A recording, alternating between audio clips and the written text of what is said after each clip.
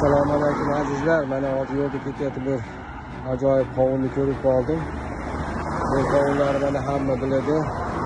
Mana bu qovunni qaranglar, mana jo'rakat. O'zimizning eski qovunlardan mana shu Amir qovun. Bu qovunni Afg'onistonlarda bekzod deyiladi. Bu uyingizga olib borib, agarda bir kun ko'p bo'lsangiz, shunaqa bir shirin qovun bo'lib chiqadi va shu bodringni ko'chagini archib yegandan bo'lasizlar. Shu butonkadan kelyapman, hech katta yo'q. Shu yerda ko'rib qoldim. Hozir xarid qilishga harakat qilamiz. Xarid qilib uyga olib borib, Xudo xolasa tanovul qilamiz. Davom etinglar kuzatishga.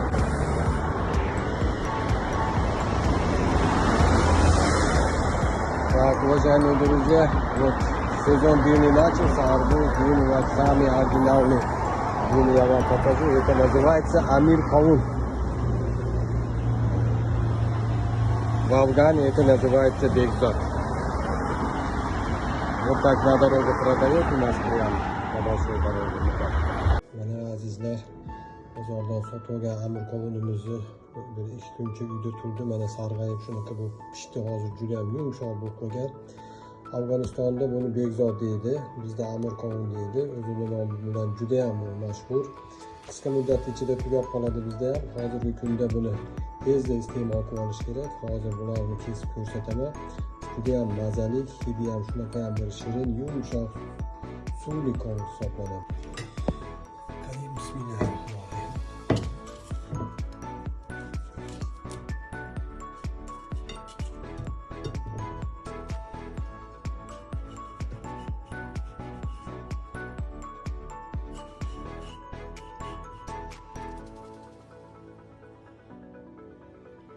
To'ntilarni judayam yaxshi ko'chaga yuvib qo'yib,